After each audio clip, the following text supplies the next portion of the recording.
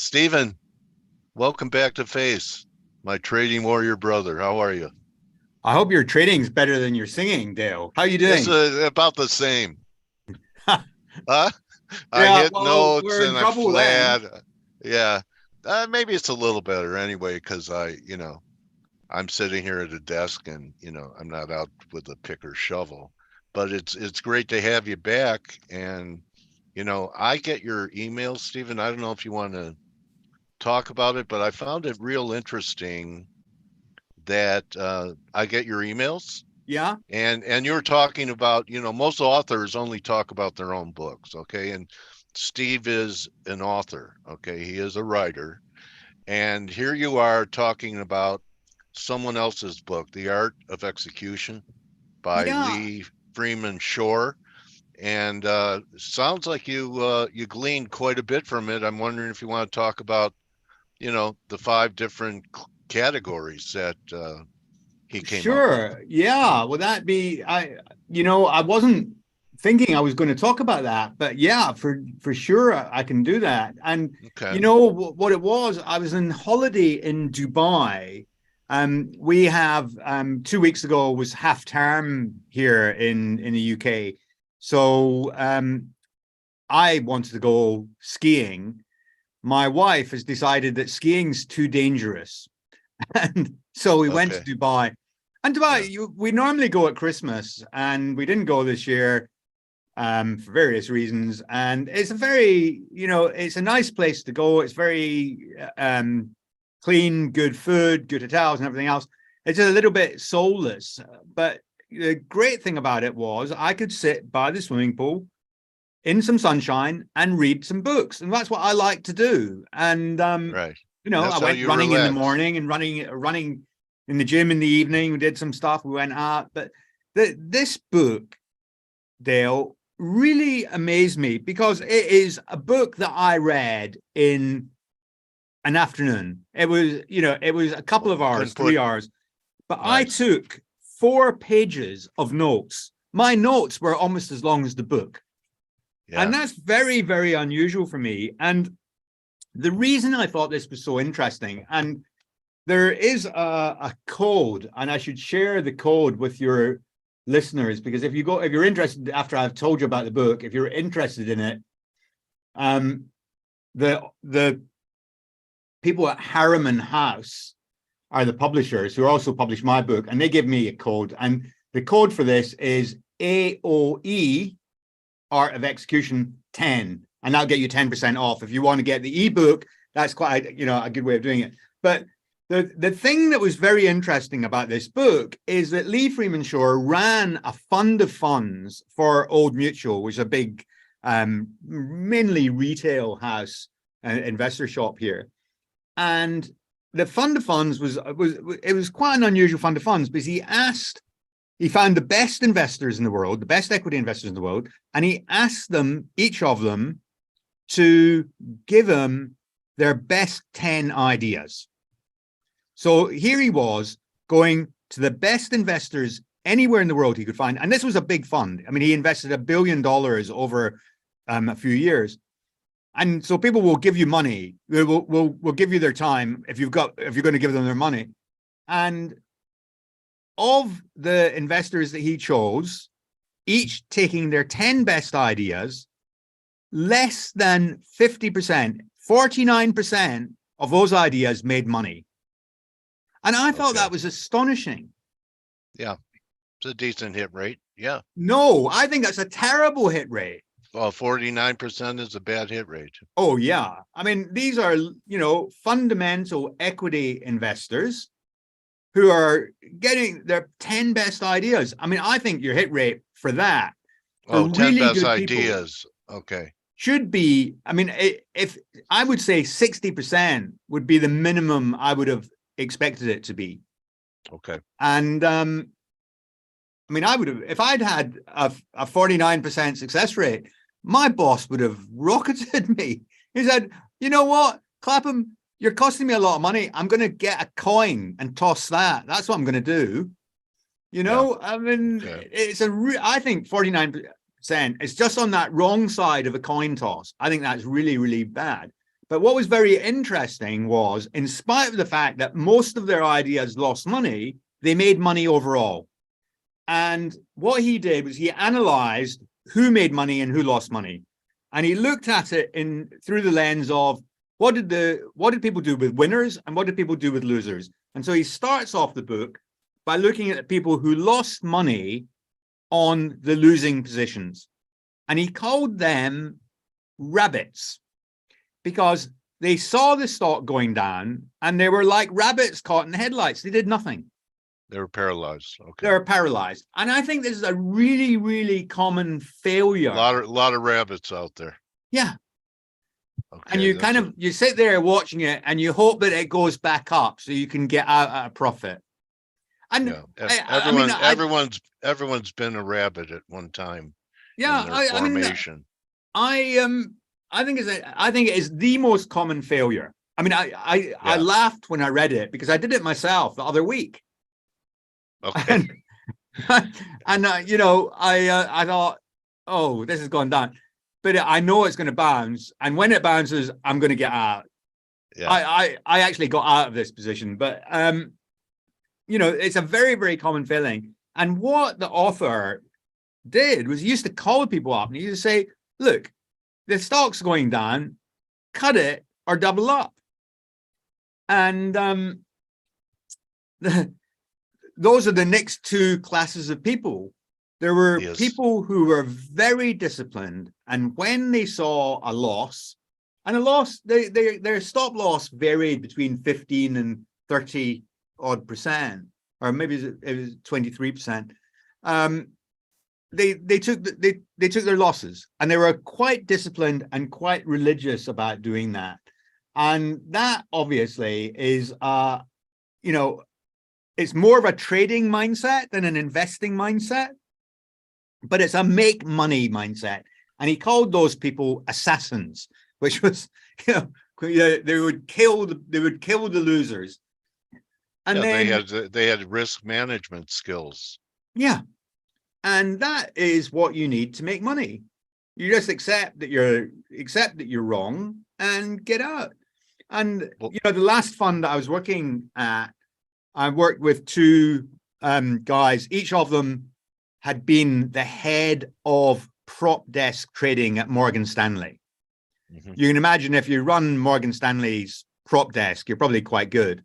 And they'd both had a background in derivatives. And they were pretty ruthless on cutting, you know, 15% down, you cut. It doesn't matter. And I've worked with people before who will cut and then revisit. So if you've got, you know, if you lose 10%, let's not waste time thinking about it and discussing it. Let's cut the position and then talk about it. And the cutting the position allows you to make a much more rational and less emotional decision. Yeah. You're not attached to it anymore. Yeah. So that's a really. Do you mean cut it by reducing size or getting out of all of it? Well, I mean, this particular guy was a very, very skilled trader. So it's not somebody I worked with, but somebody I spent some time with and talked to at length. And he used to work for Moore Capital. And his philosophy was, I don't want to worry about whether I'm right or not, because the market is right. And if I cut the position and just eliminate it, then I can go back in. Yes, of course, there's a frictional cost associated with doing it, but he just found that this was a discipline that forced him to do what he didn't want to do. And I think that's a brilliant thing to do in investing, because if you make very rigid rules and don't allow yourself to do the things that you know will cost you money, you'll make fewer mistakes. And if you make fewer mistakes, you'll make more money. But I think people are very ill-disciplined about this. You know, people don't understand this. So the assassins, I thought, were a very interesting group. It's not Okay, well, something that I aspire to be because I'm a long-term investor and I try not to trade. And so I would like to think of myself as being more in the hunters camp, but the hunters can also become rabbits. And what the hunters did was they said, okay, when I enter into a position, I'm not going to enter into it with a full weighting. And okay, they if the share scale price in. falls, I'll Yeah. then have the opportunity to top up. And this is quite typical, Dale, of value investors. And that I would classify myself as a value investor. You go in and you think I think I'm getting it near the bottom, but you find it's not at the bottom. And this applies particularly to, if you're working in a big fund, as I did, you can't finesse your in entry and exit points. You've got to be early because once the stock is turned, the volume that you're putting into it will cause it to rise against you. So you've got to buy stocks when they're Even with still dark falling. pools, Stephen, even with other ways to put positions on that you Yeah. didn't have access to before. I mean, Well, isn't that the reason for dark pools is that, you could do something a little bit, more anonymously yeah, and I mean, there's, it's not, I mean, we were very clever about the anonymity because what we would do is we would buy through more than one broker, but be very disciplined yeah, about where we went. And we were very clever. Well, it wasn't me doing it, but the dealers were very clever in their strategy. But if you're trying to buy a big slug of stock, and remember, I was working at a fund that had at the peak we had $7 billion under management, and if we owned something, we owned a lot of it, right? yeah, So you just can't wait for it to bottom because at the bottom the selling stopped, right? And it's just the marginal buyer is forcing the price up. And if you try and go in size, you just squeeze the price against you. So we always went in this way. We always recognized that we didn't know where the bottom was. We thought there was value in offer. And we said, the strategy would be we'll buy a position, and I can't really say the size of the position, but we'll buy a position of X tens of millions of dollars. And then if the price falls by 10%, we'll buy another slug. If the price falls by 20%, we'll stop and we'll revisit and we'll say, have we missed anything? Has the thesis changed? Sometimes you go, actually, I have got it wrong, and you have to accept that. But often we would have exactly the right idea. But the problem with fundamental investing is I was investing on the basis of an analytical edge. I had seen something that the market hadn't yet priced in. You don't know when the market, there's not always a catalyst for this, right? We wouldn't have done straightforward, oh, it's just cheap in too often. But sometimes you think that stock is just too cheap. And I don't think there's much downside in the earnings number. So I'm going to buy it. But you might wait 12 months before it goes up. And in the 12 months, it might continue to go down. And so you've just got to have a strategy for what you do if it continues to go down. And, my philosophy is to have some risk limits in there so that, how much are you prepared to put into this in the worst case? And obviously, yeah. sometimes Natural gas has been a recent example of something that's been historically cheap that then lost another 50% in value. yeah. Well, I mean well, of course, with a commodity, they're more volatile. It's easier to do that. With an equity, for it to fall 50% in a flat market, there's usually a reason for it. Yeah. And if it falls that much, we would really understand the reason, because it might be just a big seller. And as long as we were convinced that we had the right call, the big seller selling wouldn't necessarily frighten us. And Okay. often that would be an opportunity. You know, I've sat on the other side of $1 trillion asset manager who was the second largest shareholder in a stock that was bailing out. And their analyst and I had been on a trip to see this company's facilities. And he came away with a different opinion from me. I came away from actually thinking my valuation is really supported by this. And I had a valuation of 100% upside. But every day we sat, every day these guys sold another 1,000,000 shares, you know, and we had to sit gradually accumulating it. But this Well, you mean tribe, they were diluting? yeah, The company was floating. Yeah, I mean that's one of the biggest risks. You know, that's something I'd like to ask you about. What is a good dilution? And is there even any such thing? What makes dilution of going to your currency, which is your shares, to maybe do a takeover or a buyout that makes it accretive or dilutive? well, that's very simple. I mean, you know, if you're buying another business at today's interest rates, even at today's interest rates, it's you've got to be paying a big multiple before it's dilutive. Because but if you're using your equity as currency, then Right. it's often dilutive because if you unless your own currency is highly rated, if you're paying an acquisition premium, which is usually necessary, then often you're selling your own equity at lower price and you're paying to buy the other company. Yeah. So, you know, often equity-based deals are often dilutive, unless it's, you know, a serial acquirer that's got highly priced currency. But in this particular example, there was a very big asset manager that was a very large shareholder in this company, and they just got it wrong. And they allowed us to make an incredibly high return. And, you know, but the stock stayed depressed for months.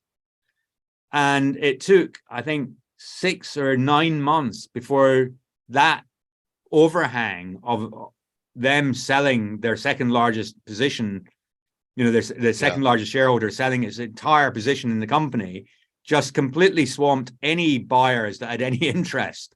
Right. And if we hadn't bought, the stock would have been even worse. But you know, we just saw it as an opportunity to increase our weighting. And this is what this tribe of hunters that Lee Freeman Shore talks about, that they're the people that they average down in losing positions. And he points out that they generally remain optimistic. I mean, if you own something, you're familiar with the endowment bias, where they test people on their attraction to an object, and if it's an object that they've bought and paid for, they feel that it's worth more than an object in a shop. You know, because you Right. own it, Yeah. you feel it's worth more. And this is what all the investors that he talked to and invested with, they all felt that the things that they What they owned, owned were undervalued. yeah, even though Yeah. they were going down, they felt that they were even more attractive at this price. And it was Okay. only the assassins who had a stop loss discipline who said, I don't care how attractive it is, it's going down, and I don't want to I'm out. own things that are going down. All right. Why And don't we cover raiders and connoisseurs yeah, well, with the time we have left? the other two tribes he associated with winners, so stocks that have Okay. gone up, and he called the raiders people who like to bank a quick profit. Now you know those people that you see down the pub, that they tell you about, you know, how much money they made in XYZ. They bought it last week, they sold it this week, made 10% on their money. They never run any winners. And the way to make money in the stock market is to run your winners and sell your losers, because the winners always go up more than you think is reasonable. I don't recall ever in my career owning a winning stock and being correct at where it would top out. They always overshoot. And even if you take, even if you make a price objective sort of over optimistic, they generally carry on going up. And if you tell a winner quickly, you never make any money, because if you sell your winners quickly and you're cutting your losers, you've got to have more winners than losers. And as we know from the beginning of this conversation, there were more losers than winners. Right. So the raiders didn't make money. They'd be more likely to make money if they were raiders and assassins, but they probably still wouldn't make money. And the most successful group that he looked at, he called connoisseurs, because these guys ran their winners, but they also cut their losers. And they tended to make much better money. But interestingly, they were much worse than average at stock picking. They were only right 40% of the time. And when you read about George Soros, Soros had a very, very low hit rate. But when he won big. Huge. Most of the wizards in Jack's books are kind of like that. And, we have a thing here at Forex called Pattern and Plays, and the hit rate's about 52.8 or something like that. But because your R to R, your risk reward ratio is not 1-to-1, but you have an edge at 2-to-1, 3-to-1, you make money at 50%. Yeah. I mean, my skill, if I have one, is that I'm very good at the stock picking, right? So I'm very good at identifying those opportunities. And so I've got Would you buy miners? Would you buy miners down here? I would buy miners. I'd buy energy. I'm a bit confused about the stock market, to be honest, at the moment, Dale. I don't have any. But I got your immediate because they've gone pretty cheap after having a nice rally. I'm just wondering what you're thinking here. So you still kind of favored the commodity trade, and where's your head at? Go ahead. I do, and I still like gold. I mean, I know it hasn't done anything, but I'm. Oh, it did. Well, it hasn't really done. It hasn't reached the levels that I thought it would. But I wanted to I know you don't have much time left, but I just wanted to tell you that I went yesterday to a capital markets day from one of the big retail managers in the UK. And every year they have an investor day for RIAs and wealth managers who like to invest in their funds, and they meet the fund managers. And I had a couple of really interesting meetings I just want to share with you, if I may. Sure. One of them was a Japanese manager. Now, they don't have a big Japanese fund. It's like $150 million. But the guy is very experienced, a lot of gray hair. And obviously, owning Japan and being a Japanese investor for the last 20 years would make you prematurely gray. But he said that there's a new rule that's been introduced by the Tokyo Stock Exchange, that if the valuation of your shares are less than book value, you have to disclose in your annual report what you're going to do to rectify it. And he said, and this is astonishing, what do you think the percentage of stocks that trade at a discount to book value in Japan is? 80%. Oh, no. It's 50%. 50%. I was really surprised by that. Yeah. So it's cheap. So it's a cheap market, and there's some action, because the problem with Japan is that they like customers. They don't like shareholders very much, but they're being forced to pay more attention to shareholders. And the other meeting I went to was they've got a very big tech fund. They've got the largest tech team in Europe on the buy side. Not big compared to America. And they've got $4.5 billion fund. They've got a $3.5 billion trust, which is quoted in the stock market, a closed-end fund. And they've got an automation fund, which is smaller, $350 million.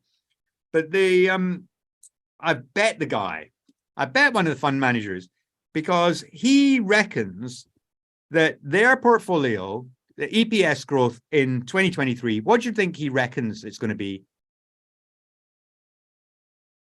Go Owns ahead. Give mainly it to me. US, I've been mainly guessing US wrong. tech. What's that? He owns mainly US tech. What do you think that their earnings per share number, earnings per share growth for 2023 is? I really, Stephen, tell me. 28%. Okay. Yeah. Huh.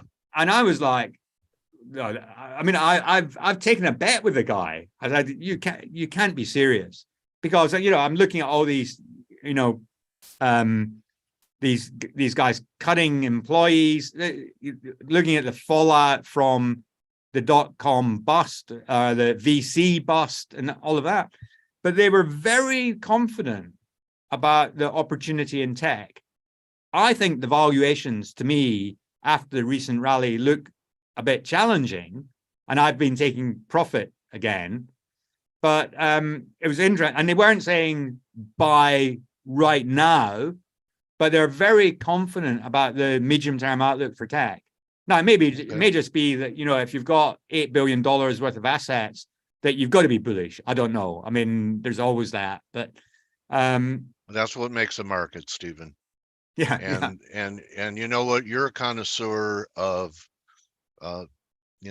hedge fund guys and money managers, because you go around, you're, gumshoe. You're going up, you're talking to people, you're going to conferences, and hunger for wanting to know what's going on. And then Stephen passes on that info to people that subscribe to him. So best place to sign up for. Well, it's free, Dale. All your listeners should be signing up. They go to behindthebalancesheet.com. There's a sign up button on the top right, and every Sunday morning at 10 o'clock UK time, you'll get 1,000 words in your inbox. And sometimes it's a book review, sometimes it's a conference I've been to. It's not stock tipping, but it's the idea is in 10 minutes a week, you should become a better investor. Okay. So time is the most precious commodity, and Stephen curates it down for you guys. So I'm a connoisseur of guests, and appreciate you being one of them, Stephen, coming in every 3 months or so to fill us in, and really appreciate people that hold up other people's work instead of just holding up and tooting their own horn. So thank you for the recommendation of that book. No worries. It's great to be back, Dale. I'll look forward to seeing you in 3 months' time. All right, Steve Clapham, everyone. You can follow him at Steve Clapham on Twitter. And thanks, buddy. I'll be in touch with you and root for your mission and what you're trying to do for people. Thank you. And it's Steve at Steve Clapham, Clapham, and Behind the Balance Sheet. Thank you, Dale. Take care. All right. Have a great day. Steve. Cheers. All right, so that's a wrap, everyone. Join the team in 14 minutes on the Morning Edge. Good hunting the rest of the day, and we'll see you tomorrow. Don't just count your pips, count your blessings. Adios. Hey traders, this is Blake Morrow with ForexAnalytix. Thanks for stopping by our YouTube channel.